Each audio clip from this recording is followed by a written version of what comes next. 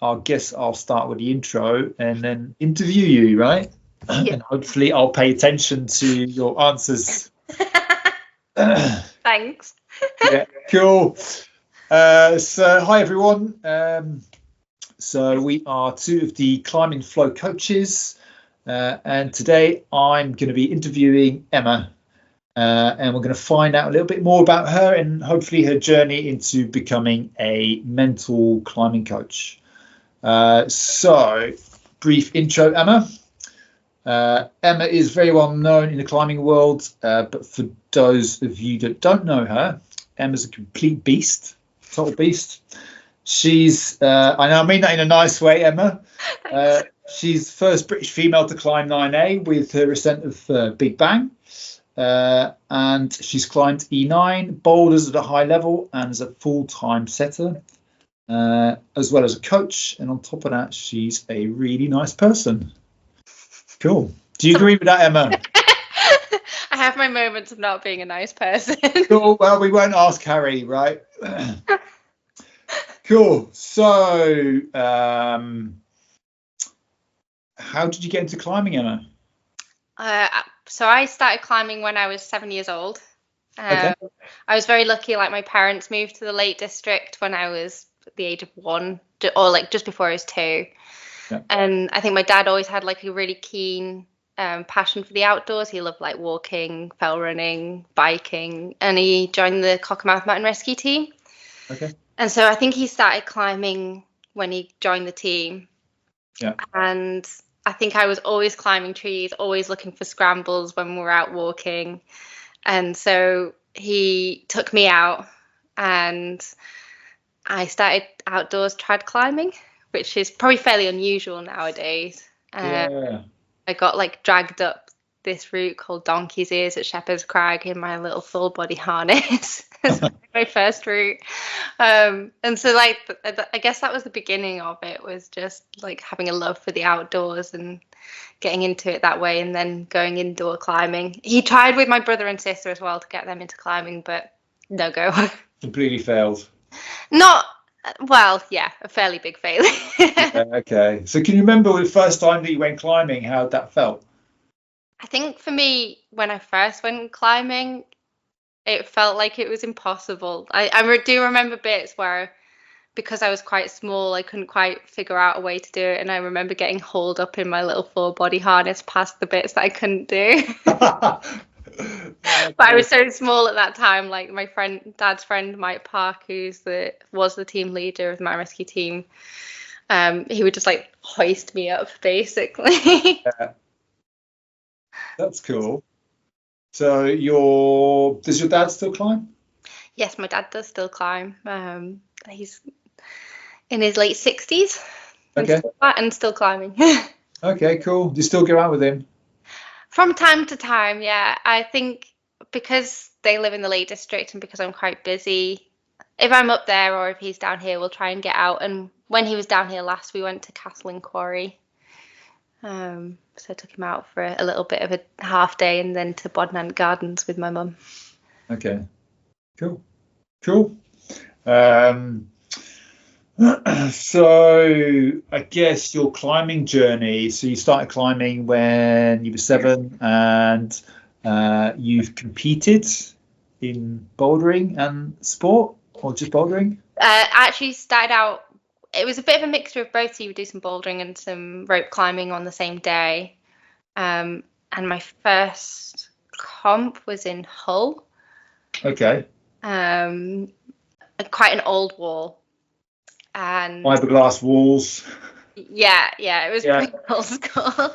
Yeah. And I think I ended up coming like joint second.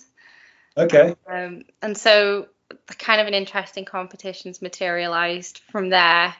And I got like the Rachel Farmer face dancing book as a prize, as one of my prizes at that competition. The Rachel what prize? Rachel Farmer, the face dancing book by Neil Gresham. Oh, right, okay. She was like the first British woman to climb French 8A. But then she tragically died at a very young age, slipping off a walkway in Buchs. Okay. And so I guess like that inspired like a little bit of passion in female role models. Yeah. But Okay. also it's kind of like, I think for me that was like an open door into competition climbing, and just going from there and meeting people of my own age as well to climb with and compete with, and Yeah. it just went from there really. Okay. And you were competing just bouldering or sport as well? Both. I'd say I think I did all right at both actually. Like I won the British Bouldering Championships one year as Okay. a junior, and I won some of like the lead rounds of the British League Climbing Championships. But I had a very tough rival in Gemma Powell. Okay, I'm really not familiar with names in like the climbing world. Yeah, Gemma works for Lattice Training now. Okay. But at the time she was the person to beat coming up through the juniors. Okay. And I think when we first started off competing before we went to the British Championships, it was very much like I would win or she would win. Right, okay. And then when it came to the British League Climbing Championships, it was very much something had shifted. Like I think she'd been getting a lot of training, Yeah. and she was suddenly like dominating. And so I think I trained a hell of a lot to play catch up. Okay. And my mum would take me to the wall, or my dad would take me to the wall, and I would just be like, right, I've got to catch up. Okay. So how old were you? I think I was like 14. Okay. I think I started competing probably when I was 10, but then I think you start doing the British Championships when you're 14, or it was back then. I think it's younger now because everything's changed now. Yeah. Wow, 14. So you were very keen, focused personality. I was definitely very driven, even from a young age. I think, sorry, I've got a bit of a cold, trying to fight off a cold at the moment. Okay. Yeah, I was definitely very driven from quite a young age. I was definitely competitive. Yeah. And I definitely wanted to do the best that I possibly could. Okay. And so I think I was quite highly self-motivated from a young age. Okay. Where do you think that drive comes from? I would say like part of that has to come probably from my parents and like a bit of a stubborn personality of my own as well. But yeah, I think it's hard to explain it. It's just there. Okay. And I think that like desire to like push myself was always like being there. Like I've been good at self-motivating from a young age. And I think because like we lived in the middle of nowhere, because there weren't that many people to climb with of my own age, I was always like very like, I would always watch other people to learn from them and then like take that into my own climbing and like push myself forward. Like I didn't have a coach. That's quite, I think that's quite an incredible, I guess, trait to have, especially that age, to, I guess, watch and learn and be, I guess, very self-motivated to keep going and not crumble under, I guess, that feeling of other people maybe doing well, like I guess the rivalry you had with Gemma. Yeah, I think there were definitely times when it wasn't always plain sailing. It wasn't easy, and I guess possibly this is where like some of the interest in psychology stems from quite an early age. Was that me and Gemma would often go to semi-finals a lot. Yeah. Sorry, not yeah. No, sorry, finals, and then you'd have the finals, and then because we would top out, we'd have to go on the boys' route for like an extra final route. Okay. And then I remember one competition very vividly. It was at Warwick, and there was another girl who was very good who was called Julia, and I knew that Gemma and her topped the route, but I was the last person to climb. I think I was being like 50. How do you know that? I can't remember exactly how I knew it. I don't know whether it was from like the cheers of like you can hear. Actually, no, I remember. I think some of the judges come back in and were like measuring up Gemma and Julia. So like there was something where I shouldn't have known, but I knew. Right. Okay. And so like trying to deal with that pressure in the moment was quite a lot. And I came out. I didn't climb well. I climbed very rigidly. Yeah. Okay. And my mum said I looked like I was about to throw up on my B layer. Yeah. And so I didn't top the route because I didn't climb it well. I was trying to climb it in a way that I was trying to manage the risk of not falling off. And in that, I just didn't climb like myself. Yeah. So you weren't focused on your climbing. You were thinking about other things. Yeah, I was thinking that I had to top the route. And that's it. And so, like, it was a disaster. It wasn't a disaster. Like, I think I still came third, but it was a disaster in that I hadn't climbed it as well. Yeah. You hadn't had the opportunity to climb at your personal best performance. Yeah. Yeah. So you put the extra pressure and expectation on yourself. Yes. And so from there, I was like, right, I need to learn how to manage this. Yeah. And I think a lot of the time it came up as like, oh, can you hear us cheering? And like I learned to just block everything out. Okay. So how did you do that? How do you block everything out? I think I was just aware that like if I wanted to be present and trying my hardest, that distractions weren't a good thing. And so like hearing noise, like I felt like if I was hearing noises and like that I was distracted and I wasn't like present in the moment. Yeah. And so I think I would just like walk up to the route, like use a few breathing techniques and just like be like, right, I'm going. And I would just be so focused on what I was doing in that moment that I wouldn't hear anything. Okay. So talk me through what you do there.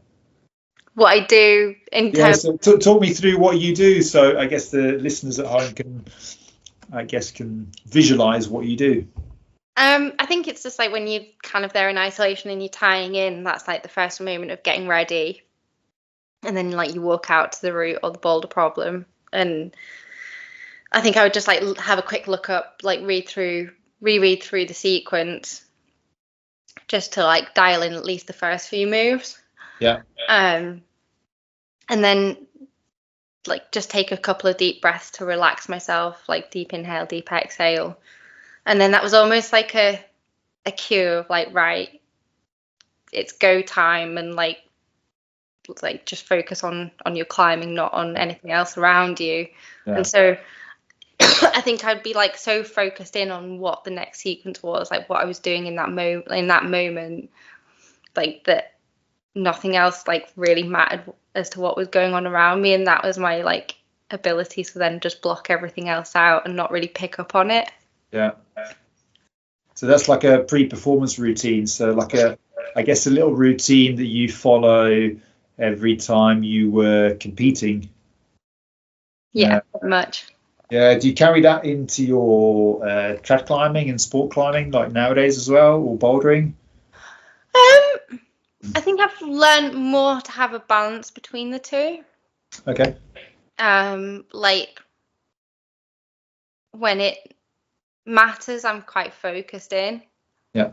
And when it doesn't matter, like when I can like enjoy it and have fun and have a giggle with other people that are there.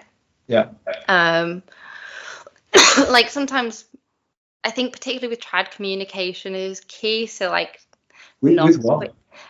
With trad climbing or like sport climbing outside, like communication is key. How do you mean? I think just being in terms of like with your belay, then being aware of like what a hard section is, like, or whether it's dangerous, or whether like, so just like constantly telling them it's like, oh, this bit is the hard bit, or I'm pumped, like I could be about to fall off. Okay.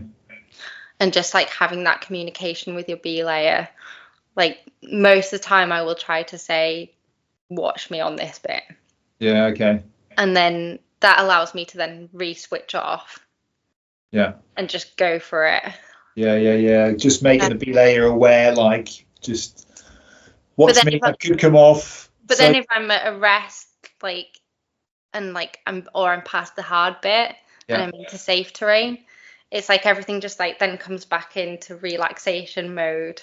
So it's like almost like a fight mode through the hard sequence, and then you're like not flight, but like just a full relax and like reset mode through once you're through the hard bit. And so like there's a lot of pictures of me out there at rests on things like Big Issue where I'm smiling, or like when we were on that A7 and I'd got to like Ginger Ninja. Ginger Ninja, like where I'd got to the rest and I was like having a laugh. I know, when I was taking pictures of you, I was like watching you climb and you climbed the tricky section, and then you got to the little toothy flake that was sticking out and where you put a cam behind, and you looked over at me taking pictures of you and you just smiled, and I was like, fuck's sake, just keep climbing. Yeah, but it's like, I think after that moment I like switched back into like I've got a few more moves just to try hard and like focus in, and so like then it goes back to not like a bit more like game face mode. Yeah. But so it's just like having that moment to almost recalibrate between the two sections. So you go from like, I guess, a flow, what was it, that there's flow state and there is there's like clutch state, that's it, thanks. So there's clutch state where you are trying your hardest. I'm not sure that on Ginger Ninja you were trying your hardest. I reckon like that was maybe more flow state for you, and I guess when you got up onto the little ledge and holding onto the tooth, I guess you were just relaxing, chilling out. Like there's definitely a few times I've been in like clutch mode, and I'd say Big Issue through the crux was one of those. But like even through some of the hard sequences, I would say it's still in more of a flow state. Trying hard, but still more flow. Okay, because for anyone listening, like flow state is when you're completely engrossed in the moment, and all the moves feel like they flow, and then clutch state is where you're consciously giving it everything you've got. So I guess in bouldering you will experience, if you're climbing at your limit, more clutch state, and I guess sport climbing there'll be more flow state with elements of clutch. If you hear me power scream, you know I'm in clutch state. Okay. Otherwise, you're just chilling out. Although, I mean, it happens so rarely, but like occasionally there's a power scream. Okay. And there was definitely a power scream. I definitely power screamed on the second crux of Big Issue, which is one of the E9s in Pembroke. Okay. I'd say on the first crux I was flow state, and the second crux I was clutch. I guess you're getting a little bit tired by then. Tired, and like I think being a little bit shorter, it's hard to place the gear off the good feet. So I'm almost having to place the gear and then be just straight into the next sequence. And the second sequence was much more like big, powerful moves as well. Okay. So you're having to really dig deep there. Yeah, definitely. So how does like if you were to put a sport climbing grade on Big Issue, what would that be? I thought it was 8B placing the gear. 8B placing the gear. Okay. Yeah. Cool. 8A plus. Is it a safe route? It's pretty safe. Like I think off the ground, always like a little bit like it's a sea cliff and you've got to get up to the first piece of gear. Yeah. And then I think after that it's sporty safe. Okay. Like a couple of big run outs, but you're only ever falling off into space. Yeah. And the gear's good. Yeah. Cool. Right. Let's have a look through my list of questions. I guess a question: Why do you climb, and what does climbing provide you? Why do I climb? I think for me, climbing always comes with so much variety and interest that, like, for me, like the love of being outside is probably what drives it in the first place. Yeah. And then I guess like I was lucky from a young age. I found something that I was good at. Okay. And so for me, it's always been like probably motivated to like push my own performance. Yeah. And see how far I could do it, take it. So like I really like dipping between red pointing and head pointing, but also on sighting, because I think both bring two very different experiences. Okay. As does bouldering as well. And I think if you kind of like, because I'm constantly dipping between all three, it really keeps like the interest and like the adaptation kind of quite varied, and you kind of flicking between like different personalities almost. Yeah, different disciplines, different. I Yeah. guess they require different skill set. Yeah, 100%. And I think like that ability to tap into all like different skill sets for each is quite interesting. Okay. And so I know it's like just one sport, and I don't necessarily do that many other sports nowadays, but because I keep it varied between the three, that keeps my interest peaked. And like I think that's like why I've always loved climbing, is from a performance perspective, but also just like the chance to be outside, like the fact that it is good for your mental health. Yeah. Unless you're kind of kicking yourself that you're not climbing how you should be, and then it has sometimes the opposite effect. But like, I think for the most part, I'm the worst when I don't get to climb for a few days. Yep, I can empathize with that. Always feels like an addiction. Harry's like, my partner is like, yep, you haven't climbed for a few days. He's like, you're turning into a bit of a nightmare. Yeah, piss off, go out. Yeah. And I think that's where it's like really like just the being outside is like such a huge part of it. Yeah. And I think it was something that was proved during COVID, is how good being like doing an activity and being outdoors, how important it is for your mental health. Yeah, no, I completely agree. I think in lockdown, like I saw so many climbers building their own home wall, including me, because like I guess where I live didn't have anywhere to go, and so many climbers were building their own like home wall because they needed somewhere to go. I guess you were lucky being in North Wales and having the playground just there on your doorstep. I mean, it was quite strict for a time, so even getting out to go climbing was pretty limited. Like it wasn't easy. There was a lot of people that got sent home.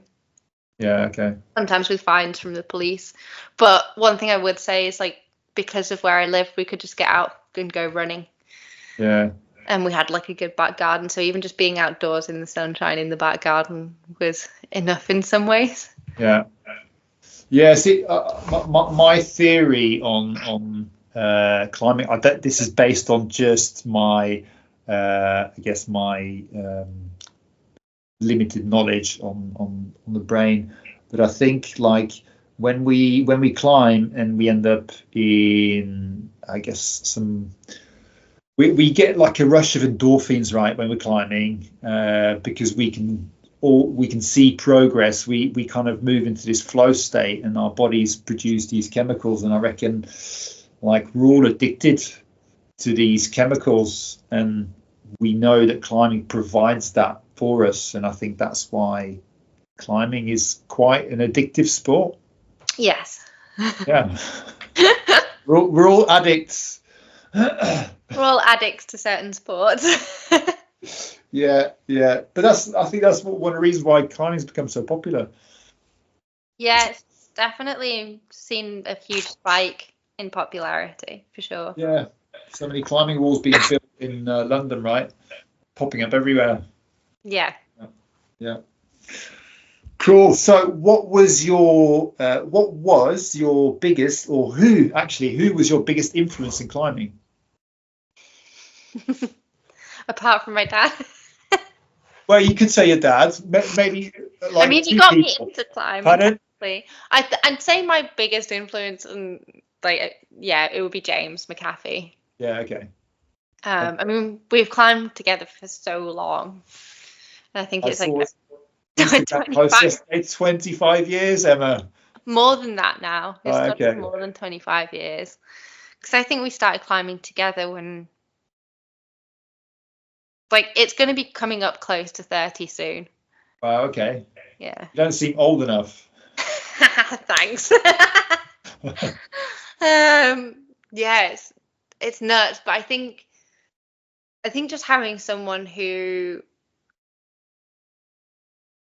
was like a positive influence, who always encouraged me to get on routes, and didn't say, "Oh, you're not ready for this" or anything like that.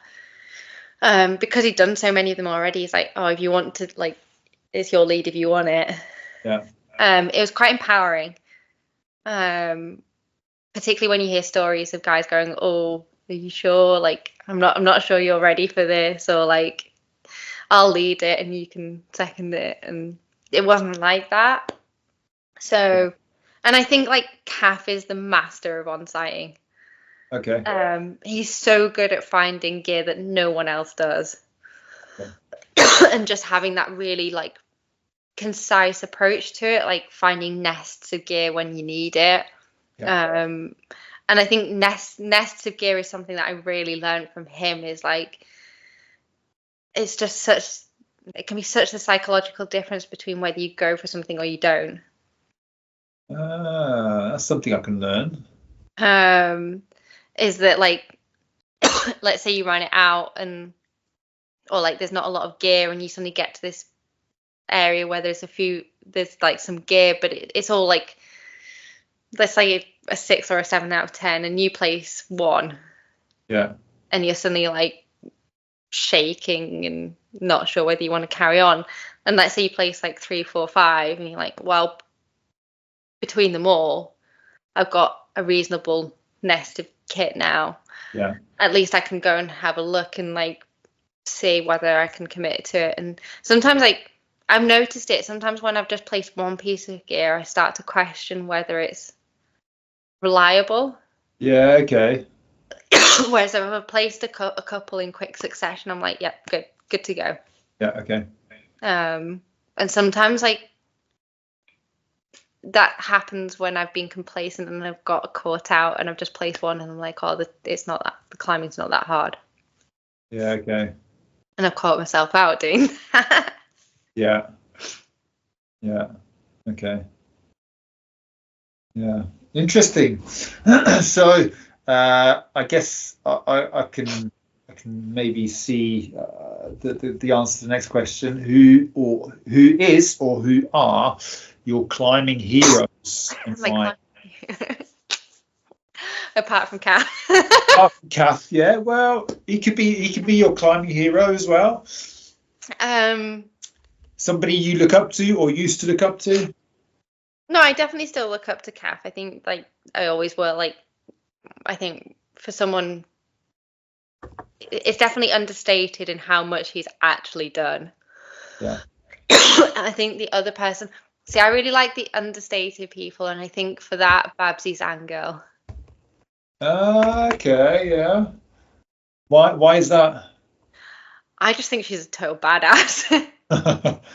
Because I mean, I think for me, seeing her like, she's not just a professional climber. She also works in hospital.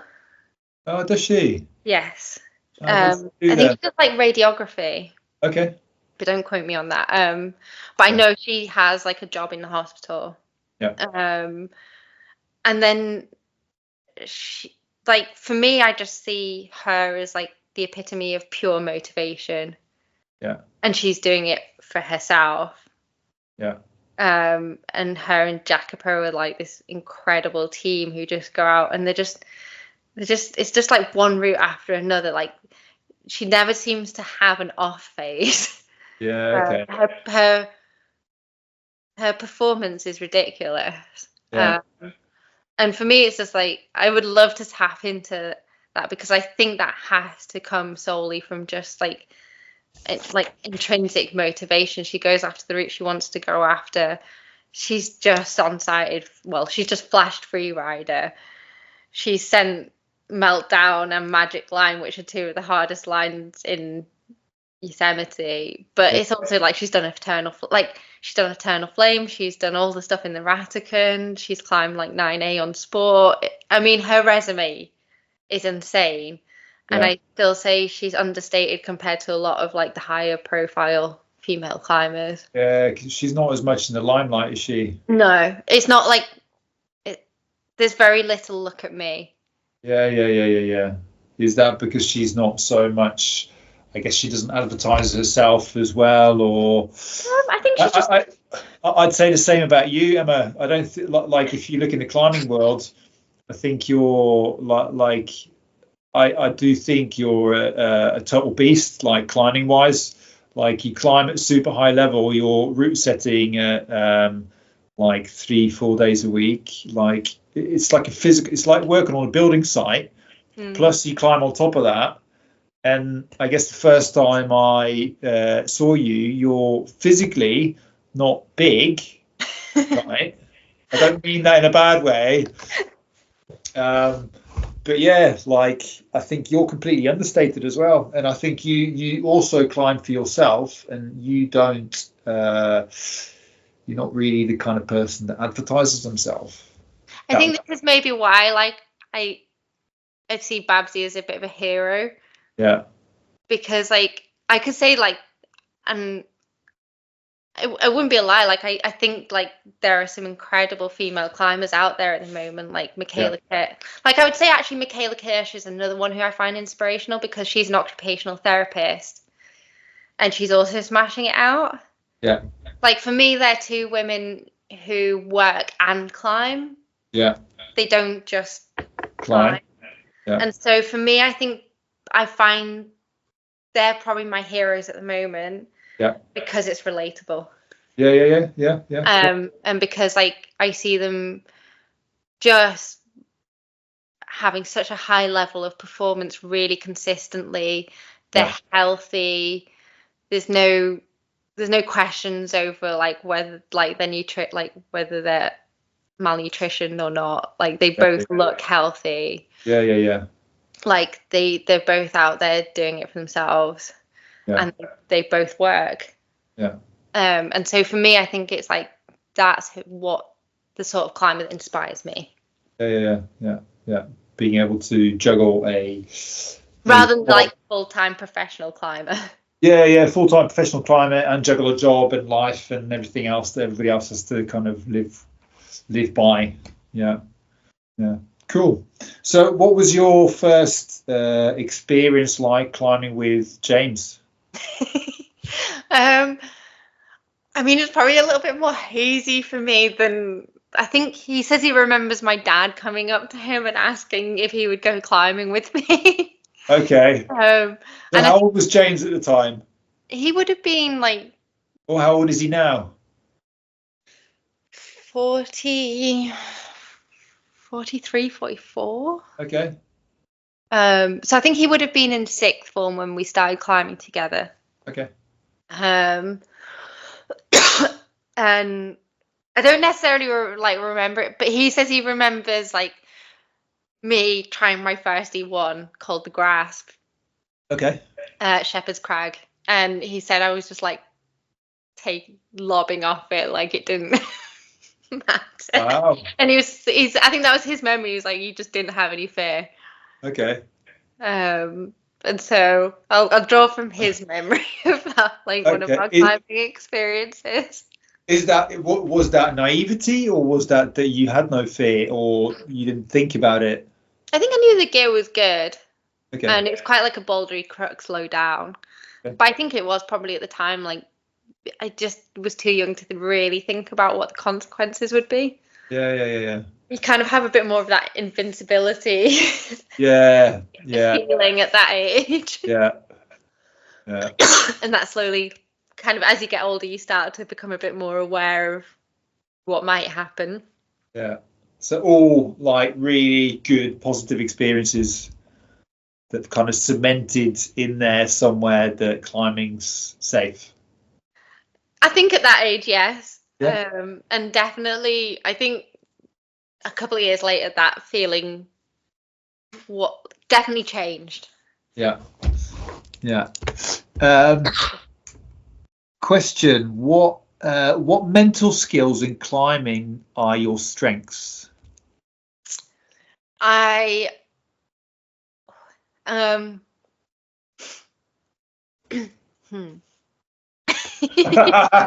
Okay. Should we start with?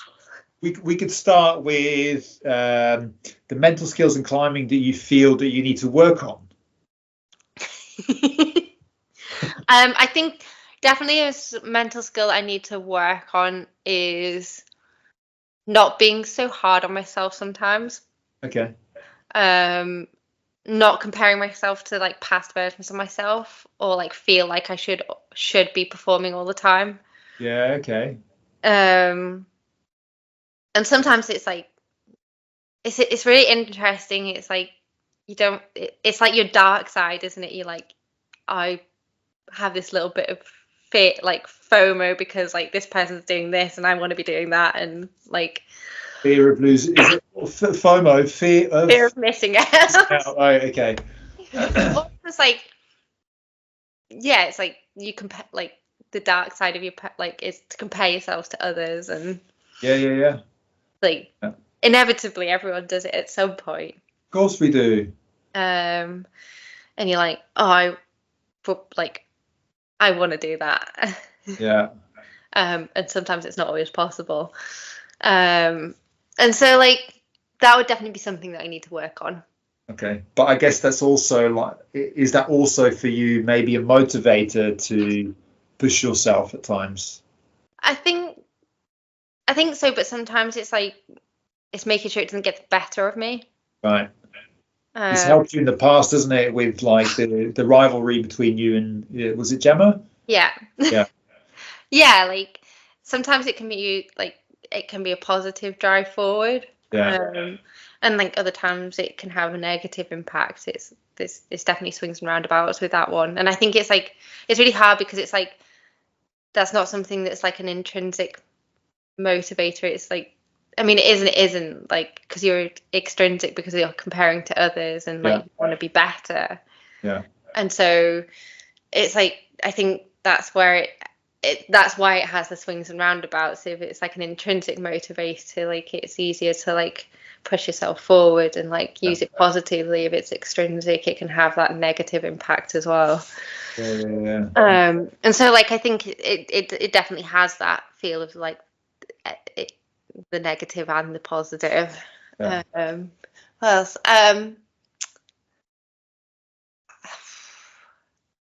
I could definitely be more organized. I think for me it's really difficult because like when I'm coaching, like I'll say to people, have like a diary, set yourself goals, and like write everything down.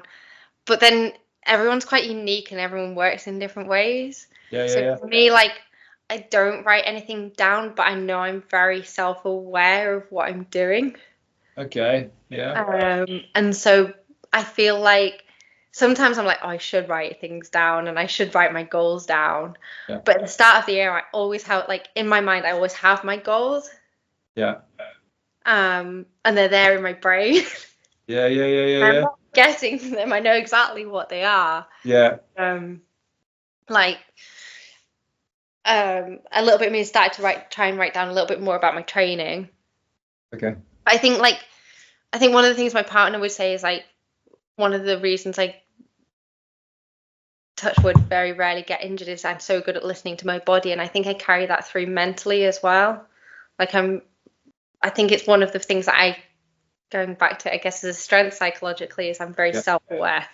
Yeah. See, that's something I feel that can help so many people, like in like daily life, but I guess climbing, because I guess we're climbers, right?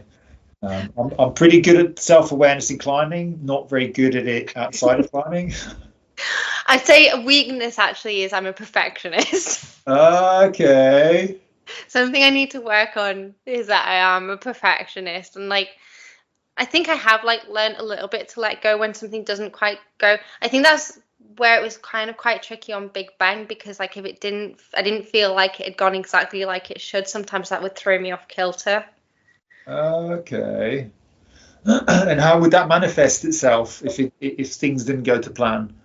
I How would think that it's just affect like you? a feeling of like, it wouldn't necessarily be a physical manifestation of anxiety. I mean, it would be a physical manifestation of anxiety, but it wasn't like a necessarily like my breathing quicken, but it would just be like a little tightness in the chest, Okay. and like almost like this like little nervousness like rising there. Yeah. Okay. And so it's like I wouldn't necessarily like tighten up, but I could feel like just something sitting there that it was like, oh, that hasn't quite gone right. And Um, was that whilst you're climbing? yeah, Yeah. Okay. Right. yeah. Okay. I mean, sometimes that's difficult because like for a while I was also like carrying a little bit of a finger injury, Yeah. or like not a major finger injury, like I just rolled my pip joint, but it Okay. meant in that finger like that finger was like cold, Yeah. so it was really hard to like relax in the route. Yeah. Okay. So you're hesitant. Yeah. Yeah. So when you finally climbed Big Bang, were you like in tip-top shape? Was everything I was like, definitely in tip-top shape. I think yeah, one of the things that Kath always said to me that he was like blown away by was the fact that I could perform at such a high level for so long in amongst all the route setting as well. yeah, But I think like one of the things I never did that I know like inevitably there are climbers out there who yo-yo diet for a right, project, or yeah, like they like crash diet for a project, and I never did that, and I think that's why I could sustain the performance for so long. yeah. That's the thing is like climbing such a weight-dependent sport, right? Weight to strength ratio, and I had this conversation with someone the other day. I personally like for a climber, I weigh 82 kilos, which is quite a lot, right? Um, but I could never what diet. I don't like the idea of losing weight just to climb a project because for me that almost feels like cheating. And I'm not saying that other people shouldn't do that. It's personally, I feel it's an unhealthy habit to get into. The amazing thing I hear now with like so many more climbers is like, oh, I'm a little bit heavier, but I feel stronger. Yeah, muscle tone, right? Yeah. Yeah, I mean, I saw a picture of you, I saw a picture of you. I can't remember the routes, but I was doing some marketing work the other day, and just scrolled through some pictures of you. Might even be on the Scarpa website where can't remember the route you're on, but your forearm like looked massive. I was like, bloody hell, okay, quite big forearms there. For all that pump I have to do. Yeah. Yeah. Cool. Um, Yeah, so I'd say I'm going back to the strengths. I would say I'm good at like tapping in to the try hard when I need to. okay. I'm very good at switching between modes, Yeah. Okay. and I'm very good at like not taking it seriously until I'm actually climbing. Okay. Okay. But So that's partially comes down to who you like climb with as well. yeah. So like the trying hard, like giving it 100% on your performance. Do you feel that that's something that you trained over time? Is that something that's your personality? Is that your personality that's pushing you to train more, like giving Mm, everything? Because I think if necessarily I like sorry, I don't think it's necessarily like a physical like training thing. I think it's just like I think probably a lot of it comes from like having trad climb for so long and like on sighting and like going through that phase of when you're younger, the leader mustn't fall. It's yeah, just being able to hang on yeah. and figure it out and like not fall off basically. So, Um, so are you one of these people that when you are in that like that headspace where you're giving it 100%, that you can still think clearly? Most of the time. Okay. There's a couple of times when I've like redlined and like not. thought Okay. about. I think it's really difficult because I almost sometimes like in the first try, like when you're like trying at your limit, Yeah. sometimes like especially if it's a like a new grade or something, you get excited by the idea of achieving it, Yeah. and then all of a sudden the pressure is off on the second go because you've messed up or whatever. Yeah. I think sometimes like a fall on a route takes the pressure off, and you're just like, right, now I can give it my all. Yeah. And then in other times, like it does just all click and come together. I guess the classic one was like I literally fell off on this 8B in Oleana at the chains. Yeah. And I didn't pull back up to work out the last sequence. And then second go, way more tired. Like did not climb anywhere near as well. Yeah. But just somehow when I got there, I had a moment to just figure out where the holes were to go to the finish. Okay. Whereas I think I'd got a bit tunnel vision that I was at the finish in my What on the first go. first go? Yeah. Okay. And I just was like, oh, I can just like make it work. Yeah. And obviously didn't. Yeah. Yeah. See, I think if I look at my own climbing, I think I struggle to keep a clear mind. I've got a couple of friends that can think clearly even when they're trying really hard. I can try really hard, but I guess I struggle to think clearly. Yeah, to have a clear mind. And yeah. But I guess if you look at all the other like people that are climbing at like a high level, everyone is able to tap into like giving it 100% in the moment. Yeah. Yeah. But you don't need to be a high level climber for that. You can climb at any level. Try and find a way to tap into that. Yeah. And like you see people tapping in different ways, whether it's like power screaming, whether it's talk like just being like, come on, like talking to themselves. Yeah. Even like I think sometimes it's really difficult because like I definitely have like moments where it doesn't look like I'm trying and I am trying hard. Yeah. And sometimes like that try hard is just like you're just like so focused and present in the moment that you are trying hard, but it looks effortless. Yeah. Because you go through waves, stages of screaming and stages of being quiet. Yeah. Yeah. And I think it's having the ability to tap into different types of try hard. Yeah. Cool. Yeah. Cool. So, last question. I guess you talked briefly about your journey into like head game stuff.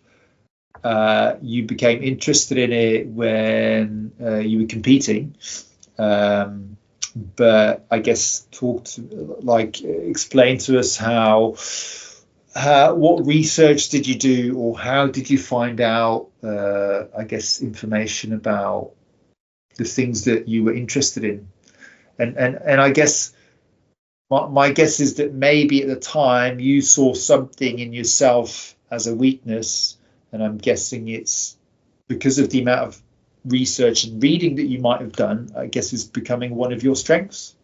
I think for me, through competitions and through trad climbing, like the head game was always played an important part because I think having done it from such a young age, you become aware of like what works and what doesn't work for you.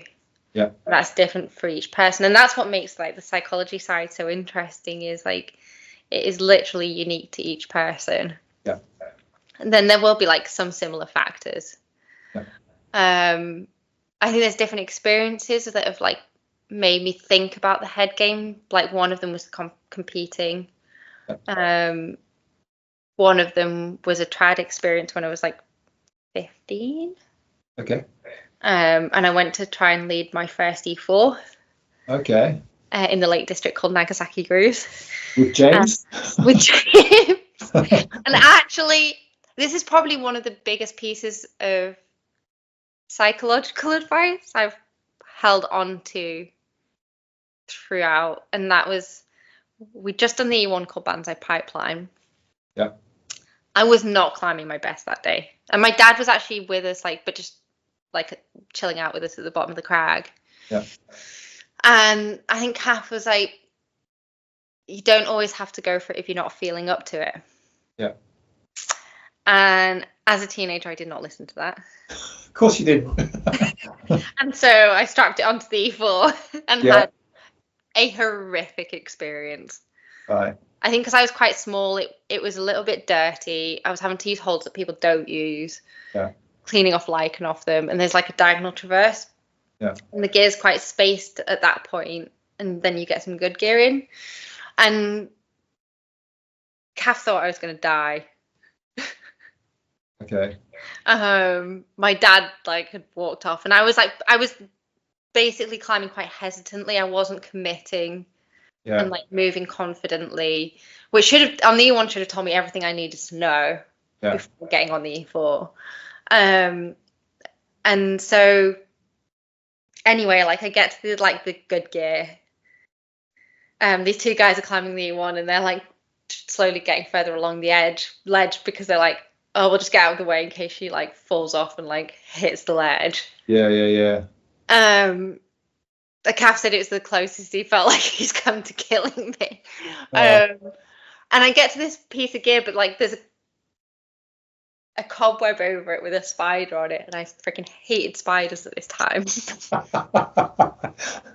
And so like I brush it off and the spider falls off, and I didn't know where it had gone. And so in the moment I almost fell off myself. And let's really run out traverse before I got any gear in. Yeah. I got the gear in and I reversed the climb. Okay. And I was like, yeah, let's just go home. Hey. But I think it's funny because like I've spoken a lot about this with like Dave Evans, is that like he was like you don't care about backing off when it doesn't feel right, even on like E2s, E4s. He was like, and I was like, yeah, I've learned like to let go of like the ego side on that front. Like some days are just not your day. Yeah. So that was quite a big lesson to learn early on. Yeah. And so I was like, oh, that's really interesting how like much the head game plays such a factor within climbing. Yeah. And so like I think that's where like those two experiences probably like carved out a real interest in how the head game works. Yeah. And then obviously I went to uni, did sports science with coaching. Psychology was one of my modules. Yeah. I wouldn't say like that was particularly a moment where it defined like psychology for me and like gave me that really piqued interest in it. Yeah. I did start, because I was still competing at the time, I was still on the British team. I did start to work with this lady at the uni who was like doing psychology, and she was doing a master's in psychology. And so we did like some sheets during the competitions, and she gave me some things to like write down and work on. Yeah. And so that was like quite an interesting process for me. I was like, oh, this seems to be helping. I can like pinpoint like what works in like the competitions for me, like in my performance, in the tactical side of it, in the psychological side of it. Yeah. And so we were just going through all of that and like mental imagery and everything basically. Okay. And then I think a lot of it has just come down to like trial and error of my own like psychological experiences of like, this works for me, this doesn't. Yeah, like the trial and error of what works and what doesn't. Yeah. Like routines, rituals, building self-awareness, like letting go. And yeah, like that has taken 20 plus years of refining, and it's still a learning process. I think that's one of the beautiful things about psychology, is it's always going to be a learning process. Yeah. And then like things like reading books as well on it, like climbing psychology, the climbing Bible, like looking at things where I'm like, oh, that could have been better. Like there are certain like bits that I've reviewed and been like, that could have been more in depth. Things like 9 out of 10 climbers make the same mistakes. Having conversations with people who are interested in psychology as well, and like learning from it. I wouldn't say like I know everything, and like I'm not a clinical psychologist, but I've got a lot of experience in the sport that I've done, and like that accounts for a lot. And a lot of that comes from my own trial and error and like learning about it. And like some things I'd say I can explain really easily, and others it's just like I don't know how, but like I got here and like that works for me. Yeah. Because it's almost become like an innate part of me. Like it just happens almost. Yeah. I guess it's a skill you learn over years, right? You learn to tap into that, and I guess when I teach like these fear of falling workshops and the other workshops that we all run, I think the biggest thing that I try and teach is self-awareness, and I think I see a lot of people struggle with that. Yet I guess for yourself and maybe for me within climbing, then I'll say is just second nature.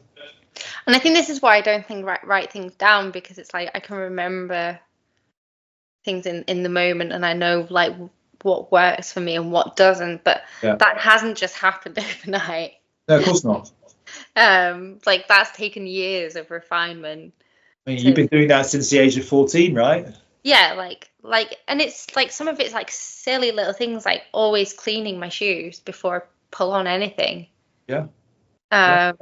Double checking my figure of 8 before, like, interestingly, like for me, I know the bowline doesn't work psychologically. Yeah. I never tie a bowline because like I just don't trust it. Yeah. In the same way that I completely 100% trust a figure of 8. If I tie in with a bowline, things fall to pieces. Of course it does, because you're climbing and you're thinking about that one thing that you're not 100% sure of. And I guess what you're trying to do is, when you're climbing, is eliminate all those minute things that means that you can just think about the climbing.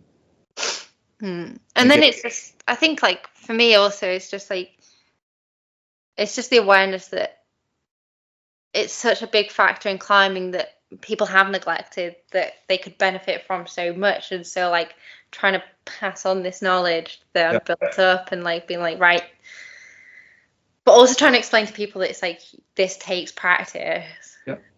I think it's just like it's one of like the really untapped bits of climbing that people could take advantage of so much and like learn so much from. And probably like if they focused on that, they would then improve their climbing substantially over just like physically training.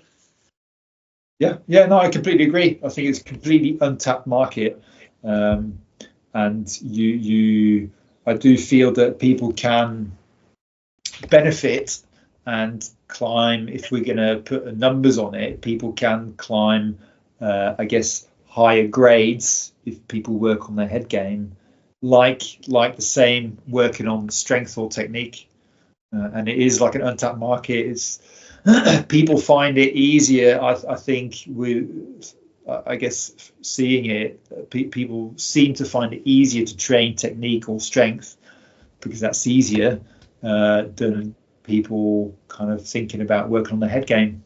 Yeah, but then I mean, and it's like it's just having the right approach to it as well. Yeah. It's that's where we come in, Emma. Because I think like so many people try to push too far too quickly. Yep. And so it's just making sure that everything's like baby steps almost. Like it's having the time to process new information, and it's like when you're in a new job, you don't just suddenly learn all the skills that you need for that job overnight in one go. Otherwise your brain would melt. And so it's like with any new job, you're kind of just trying to build up each skill bit by bit. And so it's like, for me, it's always just like targeting one thing, trying that, and then moving on to something else, rather than being like, I'm going to try and learn this, this, and this, and this all at once. Yeah. Cool. All right. Thanks, Emma. Thanks, Emma, for your time. I was actually really nervous about interviewing you today. I hope I've done well. Yeah. So I hope that all you listeners at home have learned something today, especially about Emma. And we'll see you next time. So if you've got any questions on climate psychology, please send us an email, message us, whatever you want to do, and we'll try and get in touch with you.